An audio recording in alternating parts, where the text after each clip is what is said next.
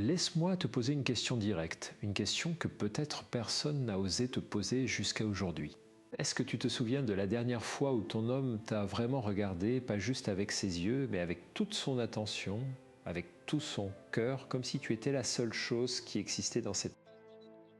Pièce dans ce monde? Est-ce que tu te souviens de ce moment précis où tu sentais que tu comptais vraiment, que ta présence avait un poids, une valeur, une signification pour lui? Parce que si tu dois fouiller dans ta mémoire pour retrouver ce souvenir, si ce moment semble appartenir à une autre vie, à une autre version de toi et de lui, alors ce que je vais te dire dans les prochaines heures va changer quelque chose de fondamental dans ta vie. Je suis Christophe André, psychiatre et psychothérapeute, et depuis plus de 30 ans, j'accompagne des femmes et des hommes à traverser les moments les plus difficiles de leur existence. Mais aujourd'hui, je veux te parler à toi directement avec toute la franchise que tu mérites, parce que tu mérites la vérité, même quand elle est inconfortable.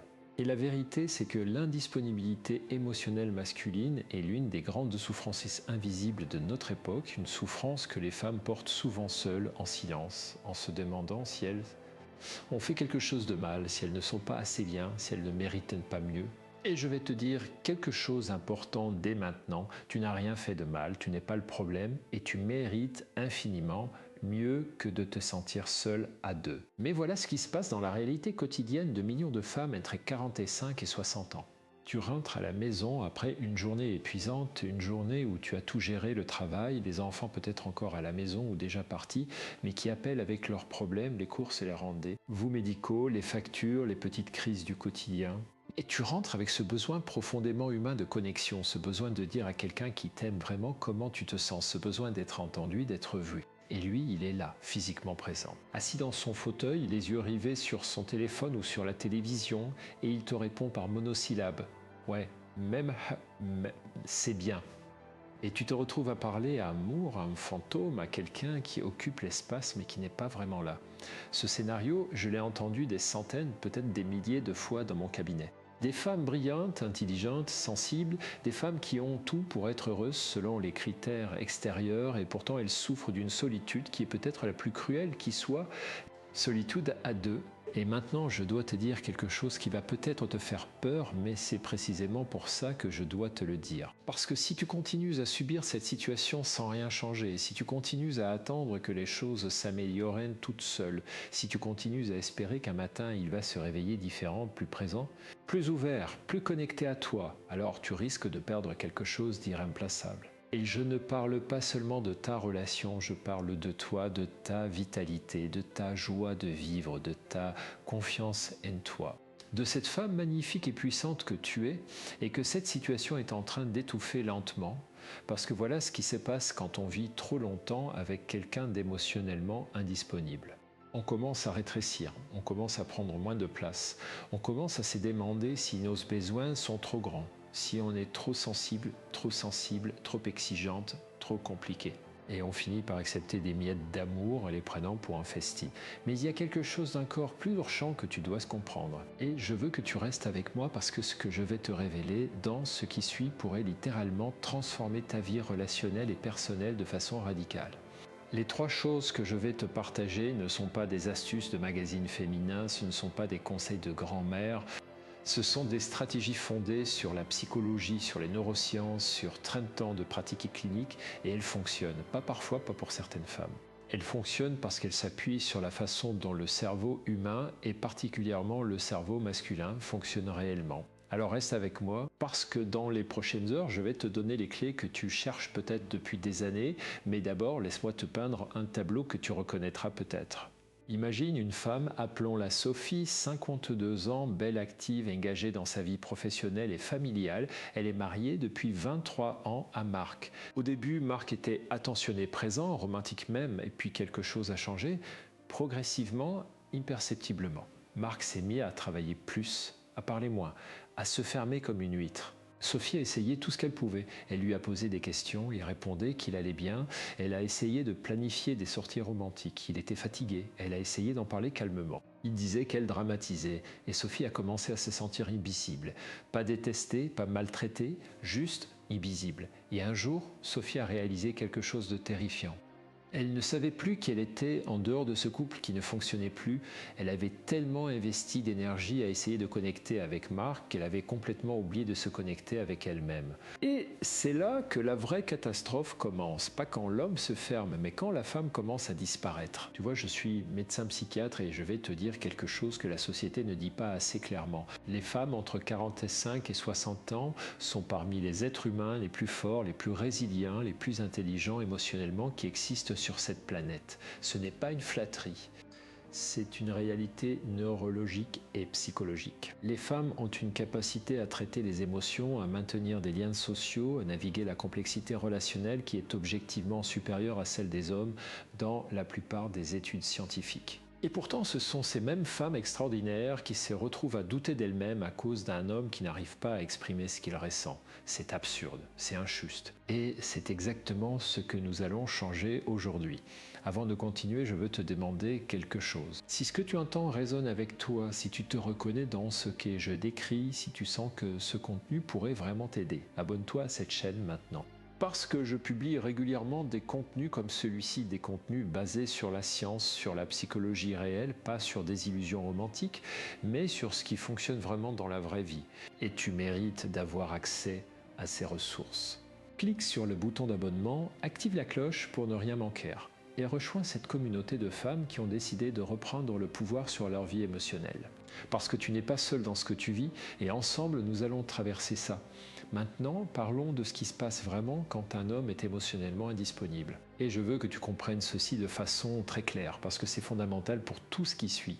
L'indisponibilité émotionnelle masculine n'est presque jamais une question de manque d'amour. C'est une question de compétence, ou plutôt d'incompétence. Des incompétences qui ont été construites, cultivées, renforcées pendant des décennies par une société qui a dit aux garçons que les émotions sont une faiblesse, que pleurer c'est pour les filles, que les hommes forts ne parlent pas de leurs sentiments. Pense à ça une seconde. Ton homme, quel que soit son âge, a grandi dans un environnement où on lui a appris à ne pas ressentir, ou du moins à ne pas montrer qu'il ressentait. Son père lui disait peut-être de se taire quand il pleurait. Son école lui apprenait que la réussite se mesure en performances et non en connexion émotionnelle. Ses amis se moquaient peut-être de lui s'il montrait de la vulnérabilité. Et ainsi, couche après couche, année après année, il a construit une armure. Une armure si épaisse qu'aujourd'hui, il ne sait plus lui-même comment l'enlever. Ce n'est pas une excuse. Je veux être très clair là-dessus. Ce n'est pas une raison de tout accepter et de continuer à souffrir. Mais c'est une explication qui change tout à la façon dont tu vas aborder la situation. Parce que si tu comprends que ton homme n'est pas froid par méchanceté, mais par incapacité, alors tu peux changer d'approche. Et changer d'approche, c'est précisément ce que je vais t'enseigner. Mais voilà où ça devient vraiment sérieux. Et j'ai besoin que tu m'entendes vraiment sur ce point. Si tu ne fais rien, si tu continues à espérer que ça va changer tout seul, les statistiques sont brutales. Les couples qui vivent avec un niveau chronique de distance émotionnelle ont un taux de séparation qui augmente de façon exponentielle après 50 ans. Et quand la séparation arrive, ce qui se passe souvent, c'est que l'homme, libéré de la pression relationnelle, rencontre quelqu'un d'autre. Et cette autre personne qui arrive dans sa vie au moment où il est peut-être plus ouvert, plus disponible, plus conscient de ses erreurs passées, cette autre personne bénéficie de tout le travail que toi tu as fait pendant des années. Oui, je sais que c'est dur à entendre, mais c'est la réalité que je vois dans mon cabinet. Des femmes qui ont tout donné, tout investi, tout essayé et qui regardent leur ex-mari refaire sa vie avec quelqu'un d'autre en se demandant pourquoi ce n'est pas elles qui ont bénéficié de cette version améliorée de lui. Et il y a quelque chose d'encore plus douloureux que ça.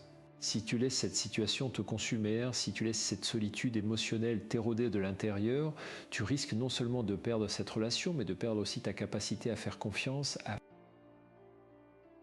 aimer, à te laisser aimer. Et ça, c'est la vraie tragédie, pas la fin d'un couple, mais la fin de ta confiance en l'amour. Je veux que tu imagines quelque chose.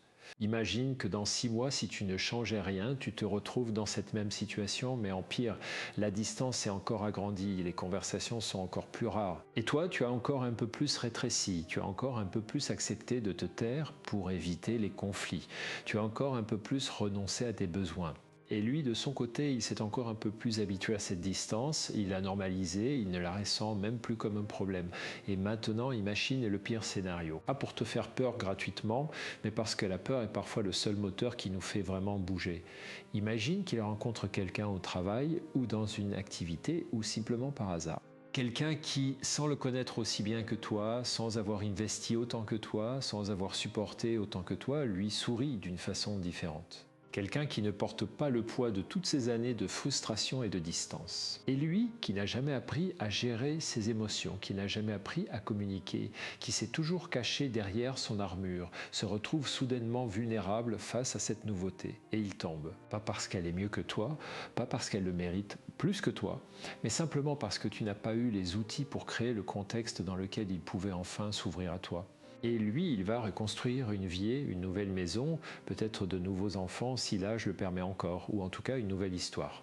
Et toi, tu te retrouveras à regarder ça de loin en te demandant ce que tu aurais pu faire différemment. Je ne veux pas que ça t'arrive, personne ne le veut pour toi. Et c'est exactement pourquoi je suis là aujourd'hui. Parce que voilà ce que je sais avec certitude après 30 ans de pratique clinique. Les femmes qui apprennent les 3 choses que je vais te partager, les femmes qui comprennent vraiment comment fonctionne l'indisponibilité émotionnelle masculine et qui appliquent ces stratégies de façon cohérente, ces femmes transforment leurs relations de façon spectaculaire. Pas en quelques semaines parfois oui, en quelques semaines, mais toujours en quelques mois. Et même dans les cas où la relation ne peut pas être sauvée, elles sortent de cette expérience plus forte, plus claire, plus confiante et prête à attirer quelque chose de vraiment meilleur.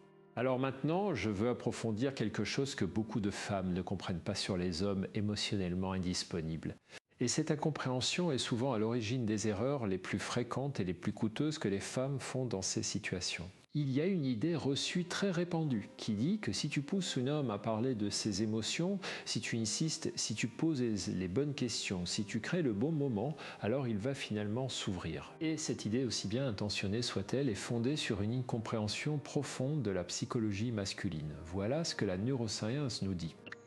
Le cerveau masculin, sous pression émotionnelle, active beaucoup plus rapidement que le cerveau féminin la réponse de fuite ou de combat, ce que les chercheurs appellent la réponse de stress. Et quand cette réponse est activée, la partie du cerveau responsable de la communication émotionnelle, le cortex préfrontal, se déconnecte littéralement. L'homme ne peut plus accéder à ses émotions non pas parce qu'il ne veut pas, mais parce que physiologiquement, son cerveau est en mode survie.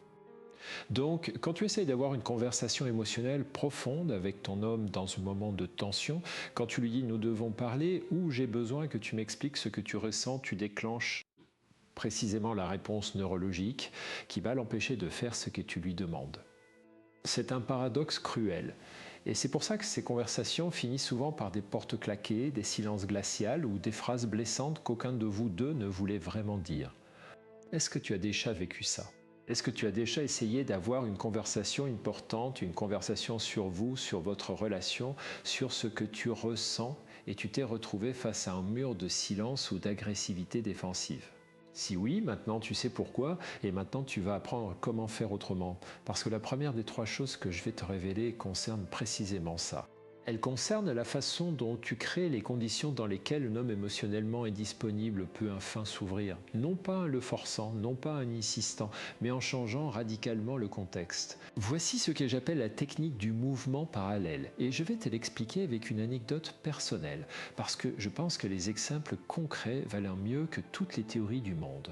Il y a quelques années, j'avais un patient, appelons-le Thomas, 50 ans, cadre supérieur marié depuis 25 ans. Sa femme se plaignait exactement de ce dont nous parlons aujourd'hui. Il était là physiquement mais absent émotionnellement et Thomas me disait dans mon cabinet des choses qu'il n'avait jamais dites à sa femme, des choses profondes, émouvantes, des peurs, des doutes, des regrets. Et je lui demandais pourquoi tu ne lui dis pas ça et il me répondait je ne sais pas comment. Quand elle me regarde dans les yeux et qu'elle attend que je parle, je me sens comme un accusé dans un tribunal. Je me ferme complètement et là j'ai compris quelque chose de fondamental. Thomas pouvait parler de ses émotions mais seulement dans des conditions très spécifiques. Des conditions où il ne se sentait pas observé, rougé, attendu. Des conditions où la pression de la performance émotionnelle était absente. Et j'ai conseillé à sa femme d'essayer quelque chose de très simple. Au lieu d'essayer d'avoir des conversations face à face dans le salon avec toute l'intensité de 2 regards qui se croisent, elle a commencé à parler avec lui dans des situations de mouvement parallèle, en conduisant. en marchant, en cuisinant côte à côte, en faisant quelque chose ensemble et les yeux tournés vers le même horizon plutôt que l'un vers l'autre. Et tu sais ce qui s'est passé? En 3 semaines, Thomas avait eu avec sa femme plus de vraies conversations émotionnelles qu'en 10 ans de mariage, parce que son cerveau n'était plus un mode tribunal, parce que l'absence de contact visuel direct réduisait la pression, parce que le mouvement physique, marcher, conduire, cuisiner, active le système nerveux parasympathique, celui qui permet la détente et l'ouverture. Ce n'est pas de la magie, c'est de la neurologie et ça fonctionne. Alors voilà la première chose concrète que tu peux faire dès aujourd'hui. La prochaine fois que tu veux avoir une vraie conversation avec ton homme, ne t'assieds pas en face de lui avec l'intention visible d'avoir une discussion sérieuse. Propose-lui plutôt une promenade. Ou cuisine quelque chose ensemble, ou monte dans la voiture et pars faire une course quelconque. Et dans ce contexte de mouvement parallèle, commence à parler de toi, de ce que tu ressens, de façon légère, sans attendre une réponse émotionnelle immédiate, sans poser de questions directes, sans mettre de pression. Ose te partager et observe ce qui se passe, parce que dans 9 cas sur 10, dans ce contexte-là, l'homme commence à répondre. Pas nécessairement de façon spectaculaire la première fois, mais il y répond. Et c'est le début de quelque chose, mais il y a quelque chose d'encore plus puissant que ça. Et je dois te parler de ce que j'appelle le paradoxe de l'attraction émotionnelle. Parce que c'est probablement l'information la plus contre-intuitive et la plus importante et que tu entendras dans ce contenu. Voilà ce que la psychologie nous dit sur l'attraction masculine. Les hommes ne sont pas attirés par la femme qui a le plus besoin d'eux émotionnellement. Ils sont attirés par la femme qui a le moins besoin d'eux émotionnellement, mais qui les choisit quand même. C'est une distinction cruciale et elle explique pourquoi plus tu montres ton besoin de connexion émotionnelle, plus tu insistes, plus tu demandes, plus l'homme émotionnellement indisponible se ferme et s'éloigne. Je sais, c'est frustrant, c'est injuste, et ça va à l'encontre de tout ce qu'on nous a appris sur l'amour et la communication dans une relation, mais c'est la réalité psychologique et l'ignorer ne la change pas. Voici comment ça fonctionne dans le cerveau masculin. Quand un homme perçoit qu'il est absolument nécessaire à ton équilibre émotionnel, quand il scinde que ta joie, ta paix, ton bonheur dépendent entièrement de lui et de sa disponibilité émotionnelle, quelque chose d'intéressant se passe dans son cerveau. Il commence à se sentir piégé. Pas parce qu'il ne t'aime pas, mais parce que la pression de devoir être la source unique de ton bien-être émotionnel est écrasante pour quelqu'un qui ne sait déjà pas très bien gérer ses propres émotions. Et à l'inverse, quand une femme dégage une énergie d'autonomie émotionnelle, quand elle a clairement une vie intérieure riche, des passions, des amis, des proches, quand elle ne semble pas dépendre de lui pour être heureuse, mais qu'elle l'inclut dans sa vie par choix et non par nécessité, alors quelque chose de complètement différent se passe dans son cerveau. Il commence à vouloir être inclus, il commence à vouloir mériter sa place dans cette vie qui semble si pleine et si vivante. C'est le paradoxe de l'attraction émotionnelle. Et il est fondé sur un principe psychologique très solide que nous appelons la théorie de la réactance. Quand quelque chose semble facilement accessible, nous le désirons moins.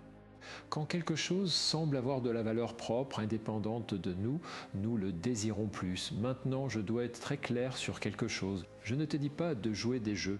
Je ne te dis pas de feindre l'indifférence ou de manipuler ton homme. Ce que je te dis, c'est quelque chose de beaucoup plus profond et de beaucoup plus puissant. Je te dis de devenir réellement la femme qui n'a pas besoin de lui pour être heureuse, mais qui l'aime et le choisit librement. Et ça, ce n'est pas un jeu, c'est une transformation personnelle réelle. Et c'est la deuxième des 3 choses que je vais te révéler, reconstruire ta vie émotionnelle indépendante.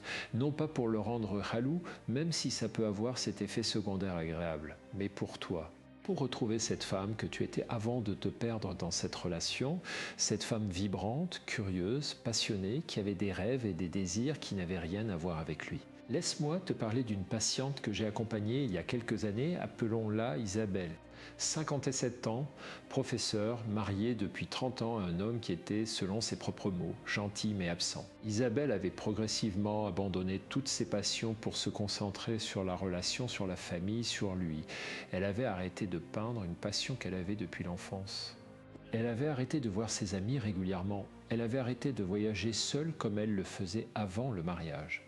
Et elle s'était retrouvée dans cette position de dépendance émotionnelle totale vis-à-vis d'un homme qui ne pouvait pas remplir ce rôle. Ce que j'ai conseillé à Isabelle, c'est de recommencer à peindre, juste ça. 1 heure par semaine au début, puis 2, puis 3, et quelque chose d'extraordinaire s'est produit. Non seulement Isabelle a retrouvé une partie d'elle-même qu'elle croyait perdue, mais son mari, qui la voyait s'épanouir dans quelque chose qui n'avait rien à voir avec lui, a commencé à s'intéresser à elle différemment. Il lui posait des questions sur ses tableaux. Il voulait voir ce qu'elle faisait, il était curieux. Et cette curiosité a été le début d'une reconnexion réelle. Parce que voilà ce qui se passe quand tu redeviens toi-même, pleinement toi-même, avec tes passions et tes projets et ta vie intérieure riche. Tu deviens à nouveau intéressante pour lui. Pas au sens superficiel du terme, mais au sens profond. Tu lui rappelles pourquoi il t'a choisi au départ, tu lui montres qu'il y a encore des choses à découvrir en toi. Et ça, pour un homme qui s'est peut-être installé dans une routine confortable mais ennuyeuse, c'est une invitation puissante à se réveiller. Maintenant, permettons-nous une pause pour réfléchir à quelque chose ensemble. Est-ce que tu as une passion que tu as abandonnée ces dernières années ?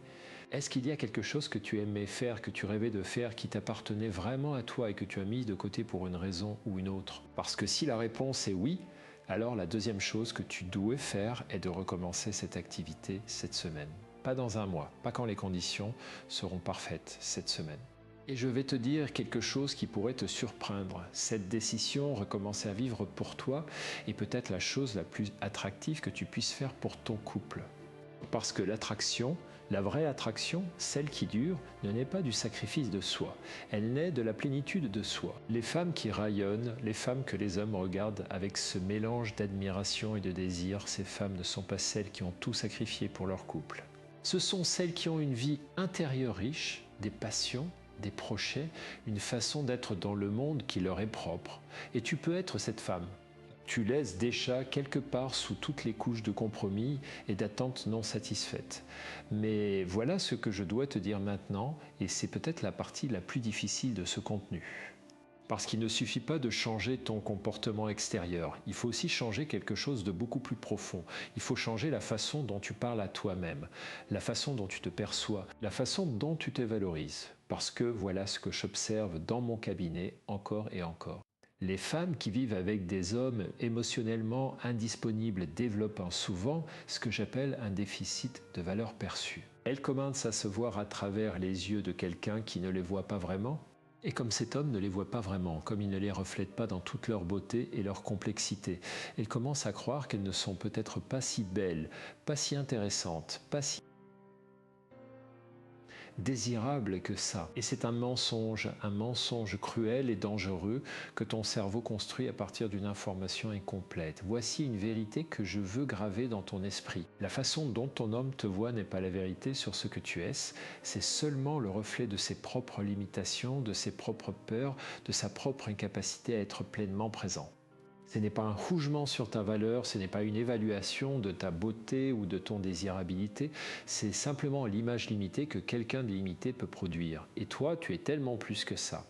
Je veux te parler maintenant d'un concept que j'utilise beaucoup dans ma pratique clinique et que j'appelle la reconquête de l'estime de soi relationnelle. Parce que l'estime de soi dans le contexte d'une relation amoureuse est quelque chose de très spécifique, quelque chose de différent de l'estime de soi générale. On peut être quelqu'un de très confiant dans son travail, dans ses compétences professionnelles, dans ses relations amicales et en même temps avoir une estime de soi relationnelle très fragile, très dépendante du regard de l'autre. Et dans une relation avec un homme émotionnellement indisponible, cette estime de soi relationnelle est constamment mise à l'épreuve parce que tu n'obtiens pas le feedback positif dont tu as besoin. Tu n'obtiens pas les confirmations, les regards tendres, les mots doux, les gestes affectueux qui nous disent « je te vois, tu es précieuse pour moi, tu comptes » et sans ces confirmations, le doute s'installe.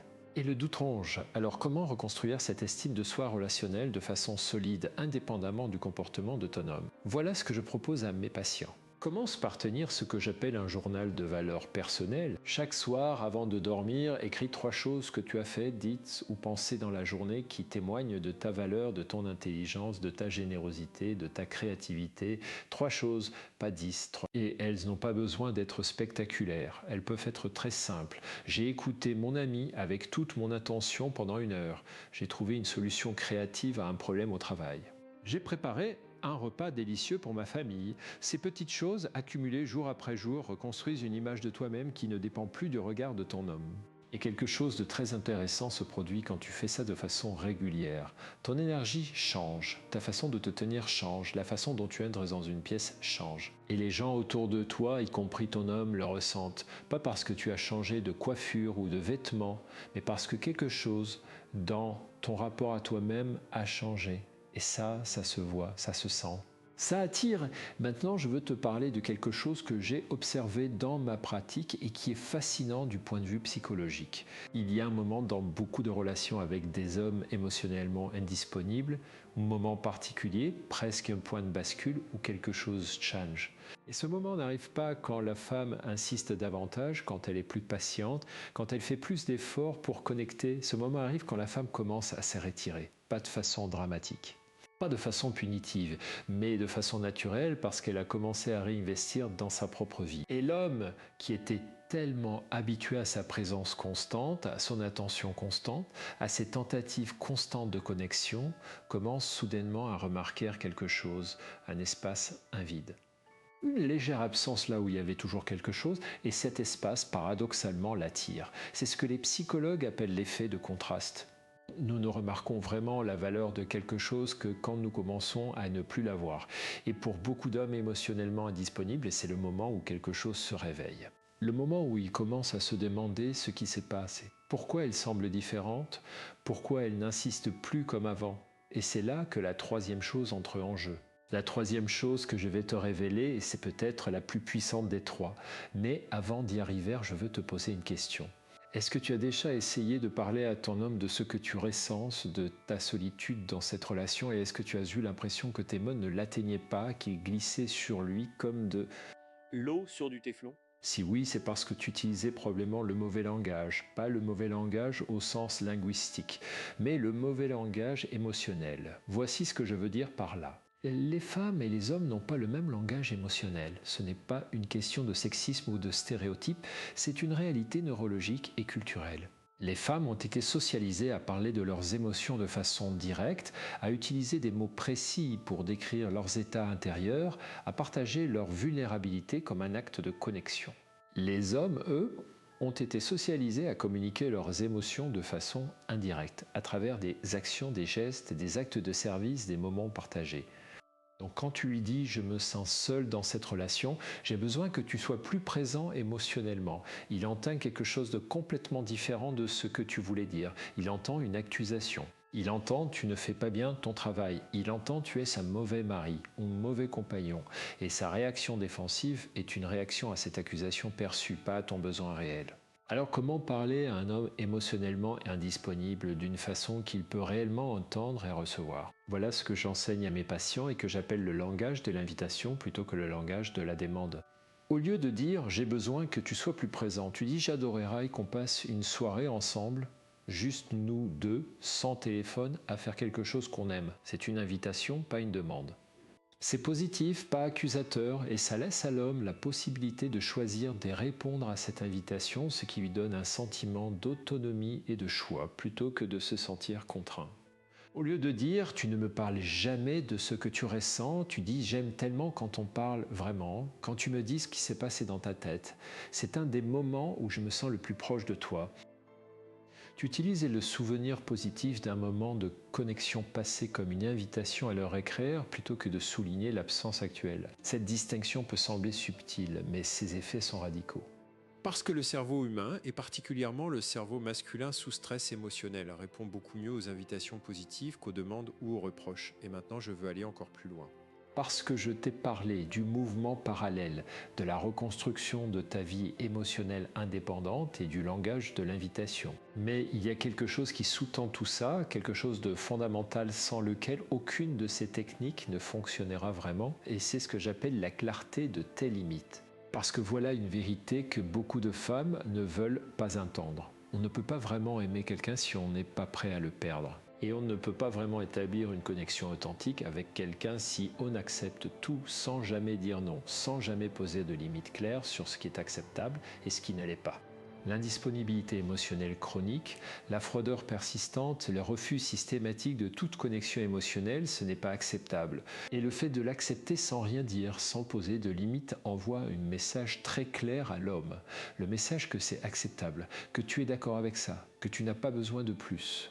Et ce message, même s'il est envoyé involontairement, a des conséquences réelles sur la dynamique de votre relation. Alors voilà ce que je veux te dire sur les limites dans ce contexte précis. Poser une limite à un homme émotionnellement indisponible ne signifie pas lui donner un ultimatum. Ça ne signifie pas menacer de partir. Ça signifie être clair avec lui et avec toi-même sur ce dont tu as besoin pour être heureuse dans cette relation et le faire avec calme, avec clarté, sans dramatisme. Ça peut ressembler à ça. Je t'aime et je veux que notre relation fonctionne, mais j'ai besoin d'une connexion émotionnelle réelle pour être heureuse. Pas tous les jours, pas de façon intense ou dramatique, mais régulièrement, authentiquement. Et si ce n'est pas quelque chose que tu peux me donner, j'ai besoin de le savoir pour que nous puissions décider ensemble de ce que nous voulons faire. Cette phrase est simple, elle est directe, elle est honnête et elle est puissante parce qu'elle dit clairement ce dont tu as besoin sans accuser, sans dramatiser, sans menacer. Et elle donne à l'homme la responsabilité de choisir. Et voilà quelque chose d'important que j'ai observé dans ma pratique. Beaucoup d'hommes émotionnellement indisponibles ne réalisent pas vraiment l'impact de leur comportement sur leur partenaire. Ils ont tellement normalisé leur propre fermeture émotionnelle qu'ils ne voient pas à quel point elle affecte la femme qu'ils aiment. Et quand une femme leur dit clairement, avec calme et sans accusation, voilà ce que je vis, voilà ce dont j'ai besoin, ça peut être un réveil réel. Pas toujours, je veux être honnête avec toi, pas toujours. Il y a des hommes qui, pour des raisons diverses, ne peuvent pas ou ne veulent pas changer. Et dans ces cas-là, la clarté des limites sert à quelque chose d'encore plus important. Elle te permet de prendre une décision éclairée sur ta propre vie, sur ce que tu veux vraiment, sur ce que tu mérites vraiment, parce que tu mérites une relation dans laquelle tu es vu, entendu, désiré, respecté. Et si cette relation ne peut pas te donner ça, alors peut-être que la vraie question n'est pas comment faire changer cet homme, mais comment construire la vie que tu mérites vraiment. Et là, je veux te dire quelque chose qui vient du fond de mon expérience clinique et de ma conviction profonde. Les femmes entre 45 et 60 ans qui ont le courage de poser des limites claires, qui ont le courage de dire voilà ce dont j'ai besoin et voilà ce que j'accepte et ce que je n'accepte pas, ces femmes, qu'elles restent dans leur relation ou qu'elles la quittent, vivent des transformations extraordinaires. Elles retrouvent une vitalité, une joie, une confiance en elles, ce qui les rend littéralement magnétiques. Et les hommes le sentent, pas seulement leur partenaire actuel, mais tous les hommes autour d'elles. Parce que la confiance en soi, la clarté intérieure, le fait de savoir ce qu'on vaut et ce qu'on mérite, ça se voit, ça se sent, et c'est la chose la plus attirante qui soit. Maintenant, je veux approfondir quelque chose que nous avons effleuré tout à l'heure et qui est crucial pour comprendre comment vraiment transformer une relation avec un homme émotionnellement indisponible. Je veux te parler de ce que j'appelle les besoins cachés de l'homme fermé. Voici quelque chose que peu de gens savent sur les hommes émotionnellement indisponibles. Derrière cette armure de froideur et de distance, il y a presque toujours une peur profonde. Et cette peur, dans la grande majorité des cas, est une peur de l'abandon ou une peur de l'inadéquation. La peur de l'abandon se manifeste comme ça. L'homme a appris souvent dans l'enfance que s'attacher à quelqu'un, c'est risquer d'être blessé. Peut-être que ses parents étaient émotionnellement absents. Peut-être qu'il a vécu une perte douloureuse, peut-être qu'il a été rejeté ou humilié dans une relation passée et son cerveau, pour se protéger, a développé une stratégie simple. Ne t'attache pas trop. Ne montre pas que tu tiens. Garde tes distances émotionnelles pour ne jamais être vulnérable. La peur de l'inadéquation se manifeste différemment. L'homme a peur de ne pas être suffisamment bon, suffisamment intéressant, suffisamment capable de répondre à tes besoins émotionnels, et plutôt que de risquer de te décevoir en essayant, il préfère ne pas essayer du tout. C'est une logique de protection qui, vue de l'extérieur, ressemble à de l'indifférence ou de la froideur, mais vue de l'intérieur, c'est une stratégie de survie émotionnelle. Comprendre quelle est la peur de ton homme, est-ce la peur de l'abandon ou la peur de l'inadéquation, te donne une information précieuse sur la façon d'approcher la situation. Si c'est la peur de l'abandon, ce dont il a besoin, c'est d'une sécurité émotionnelle. Il a besoin de savoir que tu ne vas pas partir s'il s'ouvre, que tu ne vas pas utiliser sa vulnérabilité contre lui, que tu es fiable et constante. Et la façon de lui donner cette sécurité, c'est d'être toi-même constante, prévisible dans tes réactions et de ne jamais utiliser ces moments de vulnérabilité comme des armes dans les conflits. Si c'est la peur de l'inadéquation, ce dont il a besoin, c'est d'être valorisé pour ce qu'il fait et non pas seulement critiqué pour ce qu'il ne fait pas. Et je sais que c'est difficile à entendre quand tu souffres de son absence émotionnelle. Mais le fait de reconnaître explicitement les moments où il est présent, les moments où il fait quelque chose pour toi, même de façon maladroite, envoie un signal à son cerveau qui dit « tu peux essayer, tu ne seras pas bougé, tu es suffisamment bon ». Et voilà quelque chose qui peut sembler paradoxal, mais qui est profondément vrai. Les hommes qui ont le plus peur de ne pas être suffisamment bons sont souvent ceux qui font le plus d'efforts quand ils sentent que ces efforts sont vraiment vus et appréciés. Ils ont besoin de cette confirmation pour oser continuer. Donc voilà une pratique très concrète que je te propose. Pendant les prochaines 2 semaines, chaque fois que ton homme fait quelque chose, même quelque chose de petit, même quelque chose qu'il fait normalement et que tu as l'habitude de prendre pour acquis, dis-lui merci. Pas de façon exagérée, pas de façon théâtrale. Juste un merci sincère avec un regard dans les yeux qui dit « je te vois, j'apprécie ce que tu fais ». Ça peut sembler trop simple. Ça peut même sembler injuste si tu pinces, mais c'est moi qui fais tout dans cette maison, pourquoi est-ce que je devrais le remercier pour si peu? Et je comprends cette réaction, elle est légitime. Mais voilà ce que je sais sur le changement comportemental humain. Les comportements qui sont reconnus et valorisés se répètent, et les comportements qui sont ignorés ou critiqués disparaissent. Si tu veux qu'il soit plus présent, plus attentionné, plus ouvert, commence par valoriser les petits moments où il l'aide déjà, même s'ils sont rares, même s'ils sont maladroits. Parce que ce que tu valorises, tu l'encourages à se reproduire. Maintenant, je veux te parler de quelque chose d'important qui concerne ton propre corps et ta propre énergie. Parce que nous avons beaucoup parlé de stratégie relationnelle, de psychologie masculine, des techniques de communication. Mais il y a une dimension que je ne veux pas négliger parce qu'elle est fondamentale pour tout ce dont nous parlons aujourd'hui. Ta vitalité physique est directement liée à ta vitalité émotionnelle. Et ta vitalité émotionnelle est directement liée à ton attractivité. Pas l'attractivité au sens superficiel du terme, mais l'attractivité au sens profond. Cette énergie vivante que tu dégages quand tu es dans ton meilleur état, quand tu dors bien, quand tu bouges ton corps, quand tu manges de façon qui te nourrit vraiment, quand tu prends soin de toi avec la même attention et la même générosité que tu prends soin des autres. Parce que voilà ce que j'observe dans ma pratique clinique. Les femmes qui vivent des situations de stress émotionnel chronique, comme celle de vivre avec un homme émotionnellement indisponible, ont tendance à négliger leur corps. Elles mangent moins bien. Elles dorment moins bien, elles bougent moins. Et cette négligence du corps aggrave l'état émotionnel qui aggrave la négligence du corps dans un cercle vicieux qui peut être très difficile à briser. Et la façon de briser ce cercle, c'est de commencer par le corps. Pas parce que le corps est plus important que l'esprit, mais parce que le corps est plus facilement accessible que l'esprit. On peut décider de marcher 30 minutes aujourd'hui, on peut décider de dormir 1 heure de plus cette nuit, on peut décider de préparer un repas qui nous fait vraiment du bien. Ces décisions sont simples, concrètes, immédiates, et leurs effets sur l'état émotionnel sont rapides et significatifs. Il y a une étude que j'aime beaucoup citer parce qu'elle est à la fois simple et profonde. Des chercheurs ont demandé à des participants déprimés de marcher 30 minutes 3 fois par semaine pendant 8 semaines. Et ils ont comparé les résultats à un groupe qui prenait des antidépresseurs. Les résultats étaient comparables. 30 minutes de marche 3 fois par semaine avaient un effet sur la dépression comparable à la médication. Je ne dis pas que la médication n'est pas nécessaire parfois. Mais je dis que ton corps a des ressources extraordinaires que tu n'utilises peut-être pas assez.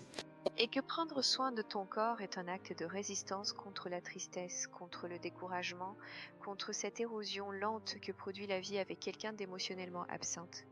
Alors voilà une invitation concrète, engage-toi à marcher 30 minutes par jour pendant les 2 prochaines semaines, pas pour perdre du poids, pas pour changer ton apparence, mais pour nourrir ton cerveau en dopamine et en sérotonine, pour réduire ton niveau de cortisol, pour activer cette vitalité physique qui s'est traduite directement en vitalité émotionnelle.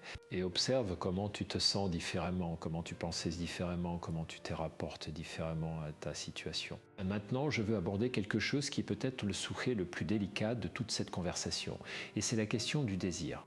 Parce que dans une relation avec un homme émotionnellement indisponible, le désir souffre aussi. Pas seulement le désir de lui, mais aussi le désir en général, ce désir de vie, cette appétence pour l'existence que les philosophes appellent l'élan vital. Et je veux te dire quelque chose d'important sur le désir et sur la sexualité dans ce contexte.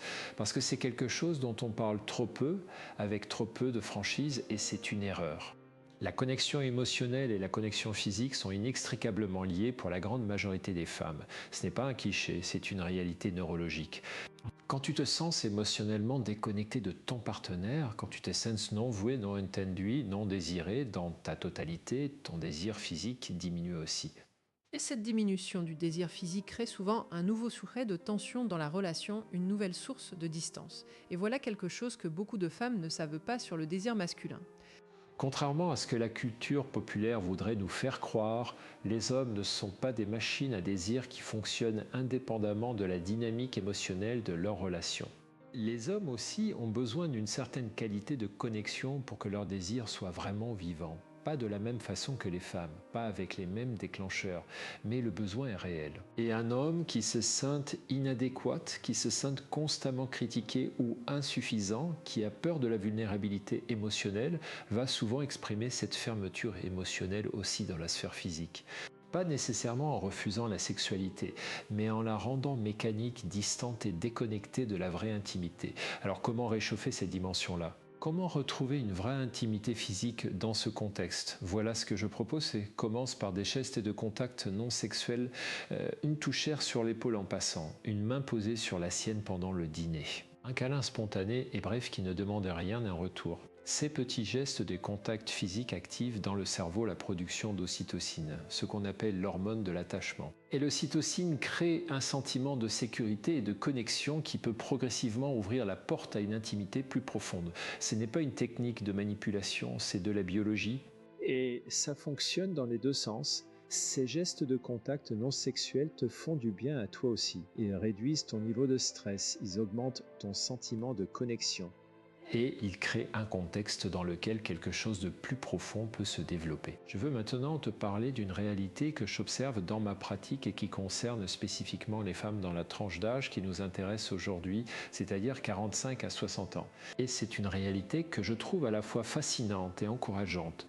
Les femmes, dans cette période de leur vie, ont souvent accès à une sagesse, à une clarté, à une profondeur émotionnelle qu'elles n'avaient pas à 30 ans. Elles se connaissent mieux. Elles savent mieux ce qu'elles veulent. Elles sont moins facilement influencées par les opinions extérieures. Elles ont une capacité à la résilience qui est extraordinaire. Et en même temps, c'est une période où beaucoup de femmes font face à des transitions importantes. Les enfants quittent le foyer et la ménopause apporte ces changements hormonaux et émotionnels. La carrière évolue ou se transforme. Et dans ce contexte de transformation multiple, la qualité de la relation amoureuse devient encore plus importante. Parce que c'est dans les moments de transition que nous avons le plus besoin de connexion, de soutien, de présence. Et quand cette connexion est absente, quand le partenaire est émotionnellement indisponible précisément au moment où tu en as le plus besoin, la douleur est particulièrement intense. Parce qu'elle se superpose à toutes les autres transitions. Et elle peut créer un sentiment de solitude existentielle très profond. Je veux valider cette douleur. Je veux te dire que ce que tu ressens est réel, est légitime et est compréhensible. Et je veux aussi te dire que tu as les ressources pour traverser ça, pour transformer ça, pour en sortir plus forte et plus vivante que tu ne l'étais avant. Parce que voilà ce que j'ai vu dans ma pratique encore et encore. Les femmes qui traversent ces périodes difficiles avec conscience, avec courage, avec la volonté de comprendre et de grandir, ces femmes émergeant de l'autre côté avec une vitalité, une joie de vivre, une confiance en elles qui est absolument spectaculaire. Elles deviennent littéralement la meilleure version d'elles-mêmes et ça, aucun homme ne peut te le donner ni te l'enlever. Mais revenons à nos trois choses parce que je veux m'assurer que tu as des outils vraiment concrets à appliquer dès aujourd'hui. La première chose, nous en avons parlé, c'est de créer les conditions du mouvement parallèle pour faciliter la communication émotionnelle, marcher ensemble, conduire ensemble, cuisiner ensemble. Des activités côte à côte où la pression du regard direct est réduite et où la conversation peut émerger naturellement. La deuxième chose, c'est de reconstruire ta vie émotionnelle indépendante, reprendre tes passions. Nourrir tes amitiés, avoir des projets qui t'appartiennent vraiment. Non pas pour le rendre chaloux, mais pour retrouver toi-même et en retrouvant toi-même, retrouver cette énergie magnétique qui attire naturellement. Et la troisième chose, et c'est celle dont je veux te parler maintenant de façon approfondie, c'est ce que j'appelle la pratique de la présence radicale. La présence radicale, c'est quelque chose que j'enseigne depuis des années dans le contexte de la pleine conscience, du mindfulness, mais dans une version très pratique, très concrète, très applicable à la vie quotidienne. Et dans le contexte d'une relation avec un homme émotionnellement indisponible, elle est particulièrement puissante. Voilà ce que je veux dire par présence radicale dans ce contexte. C'est la capacité d'être pleinement présente dans les moments de connexion réelle, même quand ces moments sont rares et brefs, de les vivre pleinement, de les savourer vraiment sans être dans l'attente de plus, sans être dans la comparaison avec ce que tu voudrais qu'il soit. Parce que voilà ce qui se passe souvent dans une relation avec un homme émotionnellement indisponible. Il y a des moments de connexion réelle, pas beaucoup peut-être, mais ils existent, un moment de rire partagé. Un moment de tendresse inattendue, un moment où il dit quelque chose qui montre qu'il t'a vraiment écouté. Et ces moments, au lieu d'être vécus pleinement, au lieu d'être savourés pour ce qu'ils sont souvent éclipsés par la frustration de tout ce qui manque. Et cette frustration, aussi légitime soit-elle, crée quelque chose de paradoxal. Elle diminue la qualité des moments de connexion qui existent vraiment. Elle envoie à l'homme un signal qui dit même quand tu essaies, ce n'est pas assez, et ce signal décourage les tentatives futures.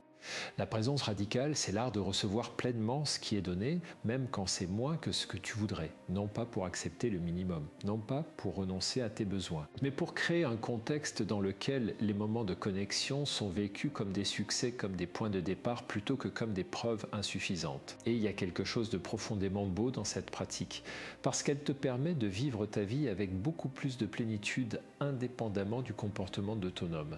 Elle te permet de trouver de la joie, de la gratitude, de la connexion dans les petits moments du quotidien.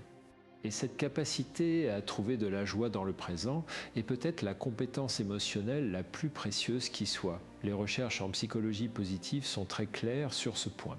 Les personnes les plus heureuses ne sont pas celles qui ont les meilleures conditions de vie objectives. Ce sont celles qui ont la capacité d'être pleinement présentes dans leur vie telle qu'elle est, tout en travaillant à la rendre meilleure. C'est ce que j'appelle l'acceptation active. Accepter ce qui est sans se résigner et en même temps agir pour changer ce qui peut être changé. Maintenant, je veux te parler d'un aspect de tout ceci qui est souvent négligé et qui pourtant est crucial. C'est la question de ton réseau de soutien social. Parce que l'une des erreurs les plus fréquentes que je vois chez les femmes qui vivent avec des hommes émotionnellement indisponibles, c'est de s'isoler progressivement, de se replier sur elles-mêmes, de ne plus parler à leurs amis de ce qu'elles vivent, soit par honte, soit par peur de paraître faibles, soit parce qu'elles ont l'impression que personne ne peut vraiment comprendre.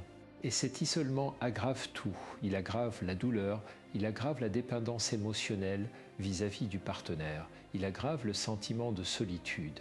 Et il prive la femme de quelque chose d'essentiel, de ce que les scientifiques appellent la régulation émotionnelle sociale, c'est-à-dire la capacité à réguler ses émotions à travers les interactions avec d'autres personnes de confiance. Nous sommes des êtres sociaux. Notre cerveau a besoin de connexion pour fonctionner de façon optimale. Et quand cette connexion est absente dans notre relation principale, il est d'autant plus important de la trouver ailleurs, dans les amitiés, dans la famille, dans des groupes de partage, dans des espaces où tu peux être toi-même sans filtre. Alors voilà une invitation, appelle une amie aujourd'hui. Pas pour te plaindre, pas pour analyser ton couple à l'infini, mais simplement pour te connecter, pour rire, pour partager quelque chose de beau ou de drôle ou d'intéressant. Pour rappeler à ton cerveau et à ton cœur que tu es entouré, que tu es aimé, que tu as de la valeur aux yeux de personnes qui te connaissent vraiment. Et je veux te dire quelque chose sur les amitiés féminines qui me touchent profondément. Les amitiés entre femmes, particulièrement à l'âge adulte, sont parmi les liens les plus puissants et les plus nourrissants qui existent.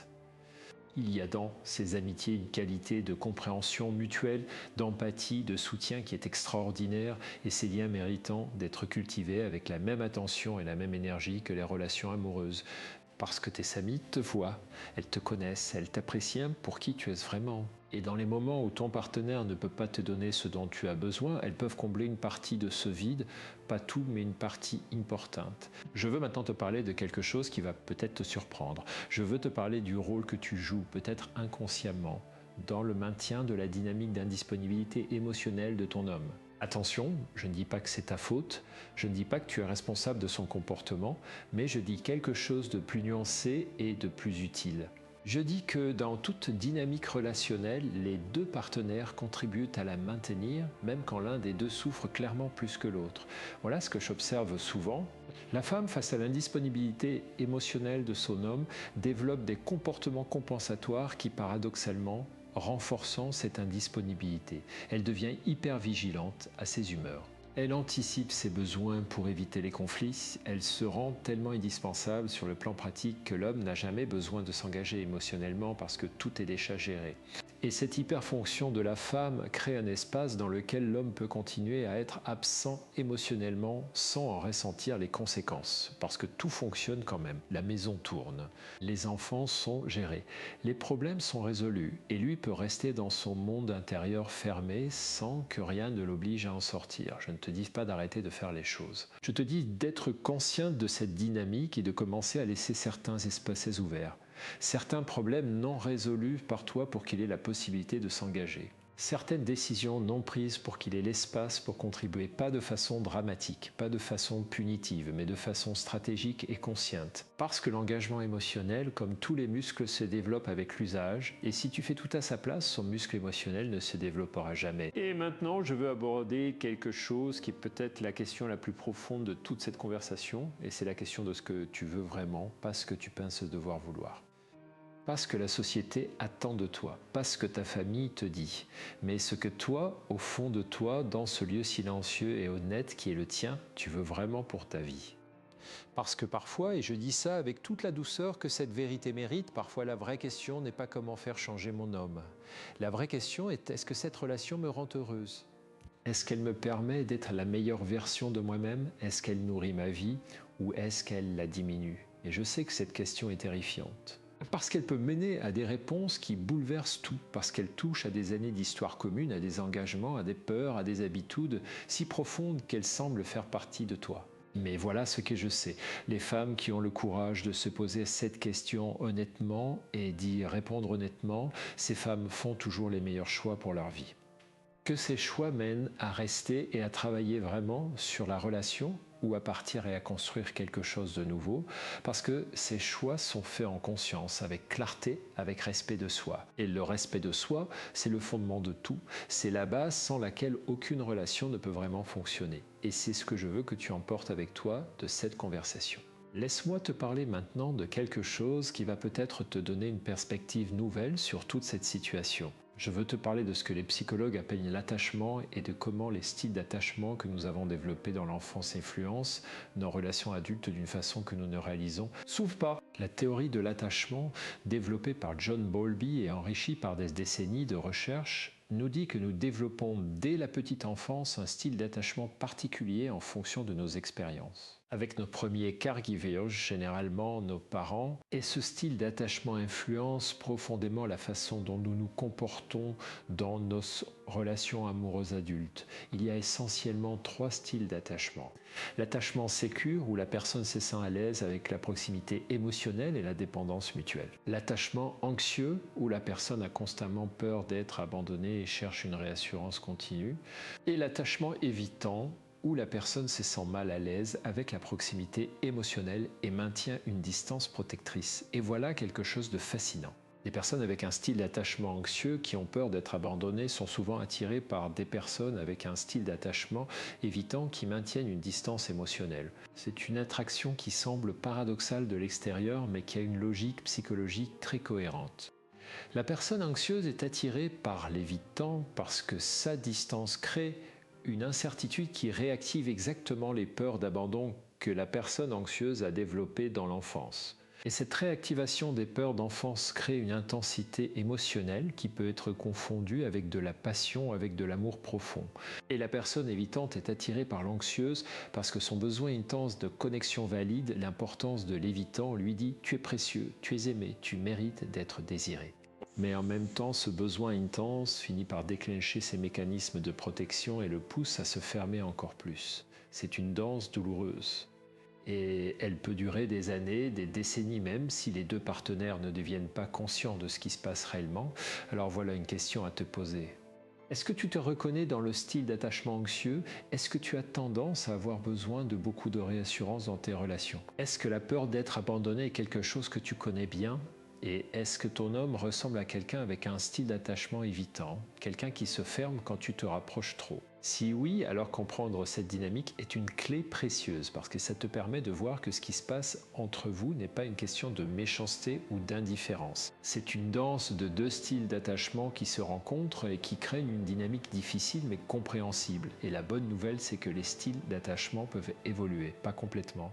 Pas du jour au lendemain, mais avec de la conscience, avec du travail sur soi, avec parfois l'aide d'un thérapeute. Les personnes avec un style d'attachement anxieux peuvent développer plus de sécurité intérieure. Et les personnes avec un style d'attachement évitant peuvent apprendre à tolérer plus de proximité émotionnelle. Et la façon dont tu peux contribuer à cette évolution, c'est précisément ce dont nous avons parlé tout au long de cette conversation, en développant ta sécurité intérieure. En reconstruisant ta vie émotionnelle indépendante et en posant des limites claires, en utilisant le langage de l'invitation plutôt que de la demande et en créant les conditions du mouvement parallèle. En pratiquant la présence radicale, toutes ces choses ensemble créent un contexte dans lequel la danse peut changer, dans lequel toi, tu te rapproches de l'attachement sécure et dans lequel lui, face à une partenaire plus sécure, moins anxieuse, moins dans le besoin, peut progressivement se permettre d'être plus présent.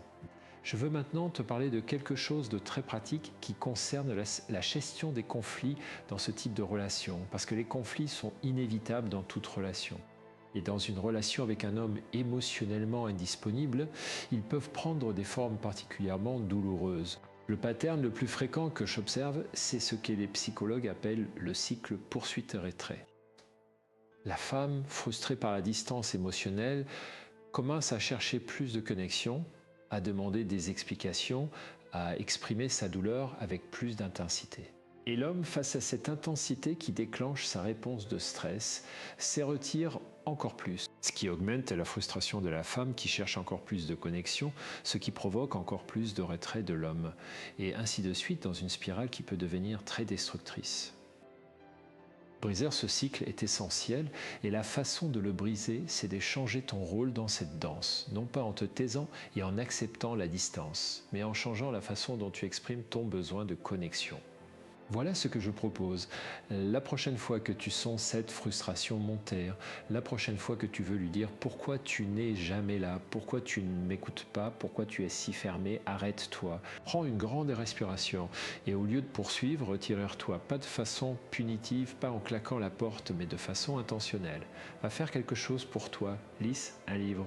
Appelle une amie, fais une promenade et observe ce qui se passe.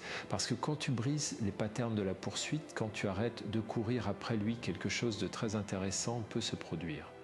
Il peut commencer à venir vers toi, pas toujours, pas immédiatement, mais souvent. Parce que le retrait de la poursuite crée cet espace que j'ai mentionné plus tôt, cet espace dans lequel l'homme peut commencer à ressentir le manque, à désirer la connexion, à faire un pas vers toi. Et quand il fait ce pas, c'est crucial de le recevoir avec chaleur, sans sarcasme, sans reproche, sans le message implicite « tu vois, tu aurais pu faire ça depuis longtemps », reçois ce pas avec gratitude et ouverture. Parce que c'est peut-être un pas hésitant, maladroit, insuffisant, mais c'est un pas. Et les pas se multiplient quand ils sont bien reçus. Je veux maintenant te parler de quelque chose qui est peut-être la dimension la plus profonde et la plus transformatrice de tout ce que nous avons abordé aujourd'hui. Et c'est la question de ta relation avec toi-même. Parce que voilà ce que j'ai appris en 30 ans de pratique clinique. La qualité de nos relations avec les autres est toujours un reflet de la qualité de notre relation avec nous-mêmes. Quand nous nous traitons avec douceur et respect, nous choisissons des partenaires qui nous traitent avec douceur et respect. Quand nous nous imposons des standards élevés de bien-être et de dignité, nous n'acceptons pas de moins de la part des autres. Et à l'inverse, quand nous avons une relation difficile avec nous-mêmes, quand nous nous critiquons constamment, quand nous doutons de notre valeur, quand nous ne nous sentons pas vraiment dignes d'être pleinement aimés, nous avons tendance à accepter des relations qui reflètent et confirment ces croyances. Ce n'est pas ta faute. Ces croyances ont été construites au fil des années, souvent à partir d'expériences douloureuses, de messages reçus dans l'enfance, de relations passées difficiles. Mais elles peuvent être remises en question. Elles peuvent être changées. Et ce changement commence par un acte simple mais profond, l'acte de décider de se traiter soi-même avec la même gentillesse, la même compassion, la même attention qu'on voudrait recevoir de la personne qu'on aimait. Voilà une pratique que je recommande à toutes mes patientes et que j'appelle la lettre à soi-même. Une fois par semaine, prends 20 minutes pour écrire une lettre à toi-même, pas une lettre d'autocritique. Pas une liste de ce que tu aurais dû faire différemment, mais une lettre bienveillante, comme si tu écrivais à une amie chère que tu aimes profondément et dont tu veux le bien. Parle-lui de ce qu'elle traverse avec compréhension, rappelle-lui ses forces, reconnais sa douleur et offre-lui des encouragements sincères. Cette pratique peut sembler simple, voire naïve, mais ses effets sur l'estime de soi, sur la résilience émotionnelle, sur la qualité de la relation à soi-même sont documentés par des dizaines d'études scientifiques. Elle active ce que le psychologue Paul Gilbert appelle le système de l'affiliation, le système neurologique qui régule la chaleur, la sécurité et l'apaisement. Et elle crée progressivement une base de sécurité intérieure qui change tout. Parce que quand tu as cette sécurité intérieure, quand tu sais que tu peux compter sur toi-même, que tu te traites bien, que tu te respectes, tu n'as plus besoin que ton homme soit parfait pour te sentir bien. Tu peux l'aimer avec plus de liberté, avec moins de peur, avec plus de joie. Et paradoxalement, c'est dans cet espace de liberté que les relations les plus belles se développent. Je veux maintenant revenir sur quelque chose d'important que j'ai mentionné au début de cette conversation et que je veux approfondir. C'est la question de la vitalité après 50 ans. Parce que je suis convaincu, profondément convaincu, que les années entre 50 et 65 ans peuvent être parmi les plus riches, les plus épanouissantes, les plus vitales d'une vie de femme. Pas malgré les changements et les défis de cette période, mais en partie grâce à eux. Voilà pourquoi. À cet âge, tu as quelque chose que tu n'avais pas à 30 ans. Tu as une connaissance de toi-même qui est précieuse. Tu sais ce qui te fait vraiment du bien et ce qui ne te convient pas. Tu sais ce que tu veux et ce que tu ne veux plus. Tu as traversé des épreuves et tu en es sorti. Et cette expérience de la résilience, ce savoir que tu peux traverser des choses difficiles et en sortir plus forte, c'est une ressource extraordinaire. Et il y a quelque chose d'autre. À cet âge, beaucoup de femmes ont moins de peur du regard des autres, elles sont moins soucieuses de plaire à tout le monde, de correspondre à toutes les attentes, de cocher toutes les cases sociales. Et cette liberté, cette capacité à être soi-même sans s'excuser est profondément attractive. C'est ce que j'appelle la beauté de la maturité. Pas la beauté de la jeunesse qui est souvent associée à une certaine fragilité et à une dépendance au regard extérieur, mais la beauté de quelqu'un qui sait qui il est et qui l'assume. Et cette beauté, cette vitalité, cette confiance, elles ne viennent pas d'une crème anti-âge ou d'un régime. Elles viennent du travail intérieur, du courage de se regarder honnêtement, de la décision de vivre pleinement, de prendre soin de soi, de cultiver ses relations, de poursuivre ses passions, de dire non à ce qui ne nourrit pas et oui à ce qui fait vivre, c'est ce que je te souhaite. C'est ce que tu mérites.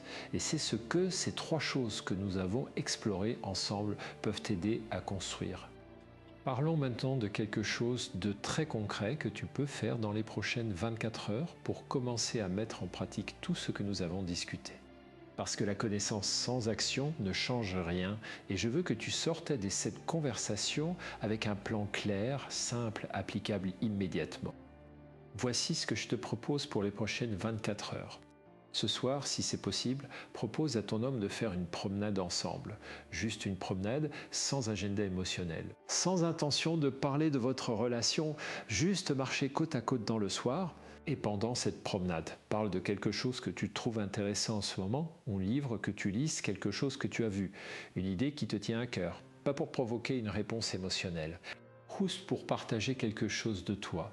Pour les prochaines 48 heures, identifie une passion que tu as mise de côté et prends une décision concrète pour la reprendre. Inscris-toi à un cours. Achète le matériel dont tu as besoin.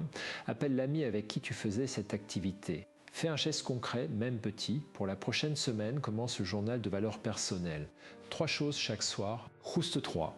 Et commence aussi la pratique de la marche quotidienne, 30 minutes par jour. Et pour le prochain mois, observe comment tu te sens différemment. Observe comment la dynamique avec ton homme évolue. Observe comment ton rapport à toi-même change et sois patiente avec toi-même. Le changement prend du temps, mais il commence toujours par un premier pas. Je veux te parler maintenant de quelque chose qui me tient profondément à cœur en tant que psychiatre et en tant qu'être humain. C'est la question de la santé mentale dans le contexte des relations difficiles. Parce que vivre longtemps dans une relation avec quelqu'un d'émotionnellement indisponible peut avoir des effets réels sur la santé mentale, des effets qui méritent d'être pris au sérieux. La solitude chronique, même quand on est en couple, est associée à des niveaux élevés de cortisol, l'hormone du stress, et à des niveaux réduits de sérotonine et de dopamine, les neurotransmetteurs du bien-être. Elle peut contribuer à la dépression, à l'anxiété, à des troubles du sommeil, à une diminution du système immunitaire. Ce ne sont pas des métaphores, ce sont des réalités biologiques. Et si tu te reconnais dans ces symptômes, si tu te sens déprimée, anxieuse, épuisée, si tu dors mal ou si tu as perdu le goût des choses qui te plaisaient avant, alors je veux te dire quelque chose d'important. Chercher de l'aide n'est pas un signe de faiblesse, c'est un signe d'intelligence et de courage. Un thérapeute, un médecin, un groupe de soutien, ces ressources existent pour ça et tu mérites d'y avoir accès. La psychothérapie en particulier peut être extraordinairement utile dans ce contexte. Pas nécessairement une thérapie de couple, même si ça peut avoir sa place, mais une thérapie individuelle, un espace où tu peux explorer tes propres patterns, tes propres peurs, tes propres besoins, sans avoir à gérer simultanément les réactions de ton partenaire. Un espace qui t'appartient entièrement. Et je veux te dire quelque chose sur la thérapie individuelle que beaucoup de gens ne savent pas.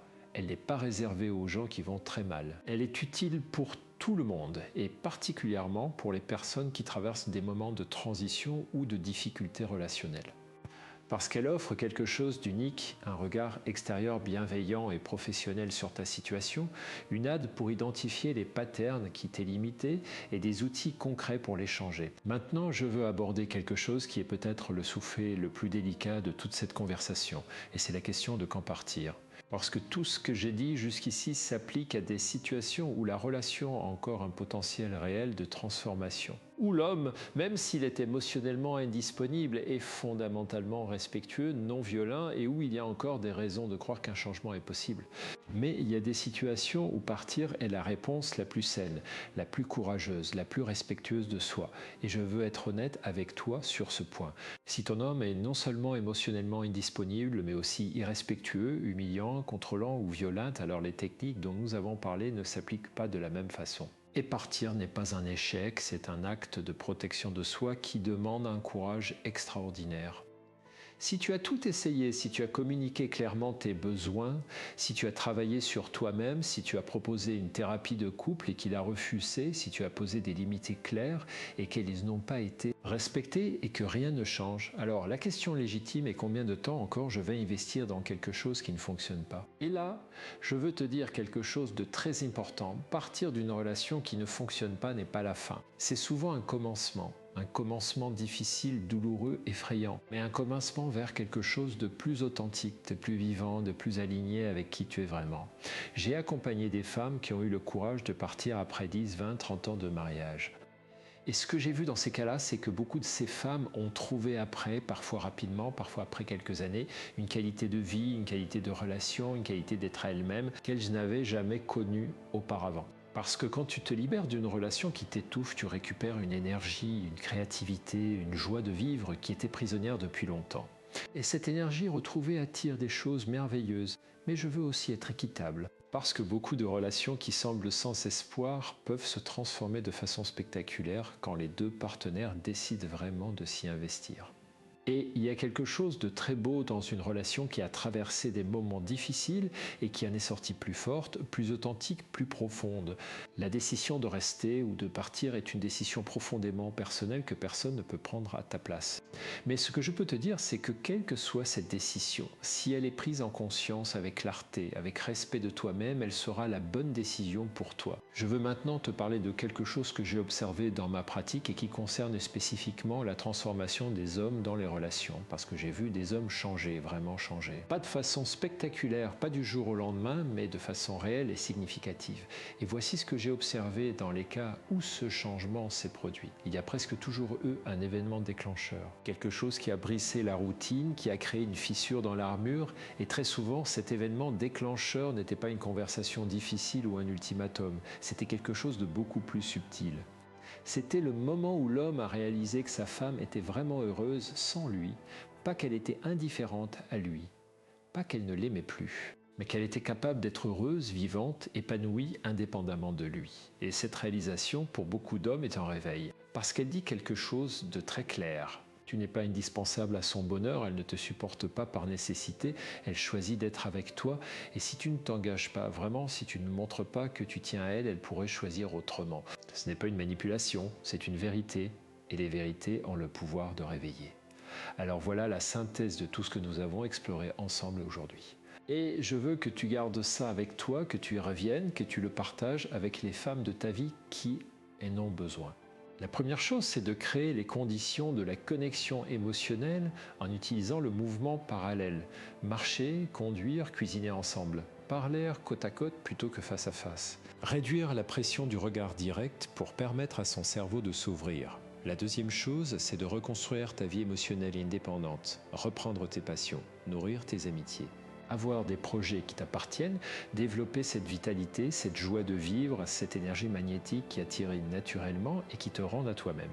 La troisième chose, c'est de pratiquer la présence radicale combinée à la clarté des limites, être pleinement présente dans les moments de connexion qui existent, les savourer, les valoriser. Et en même temps, être clair sur ce dont tu as besoin, sur ce que tu acceptes et ce que tu n'acceptes pas, sans dramatisme, sans ultimatum, mais avec clarté et respect de soi. Et au-delà de ces trois choses, il y a quelque chose de plus fondamental que je veux que tu emportes. C'est la conviction profonde et inébranlable de ta propre valeur. La conviction que tu mérites une relation dans laquelle tu es voué, entendu, désiré, respecté.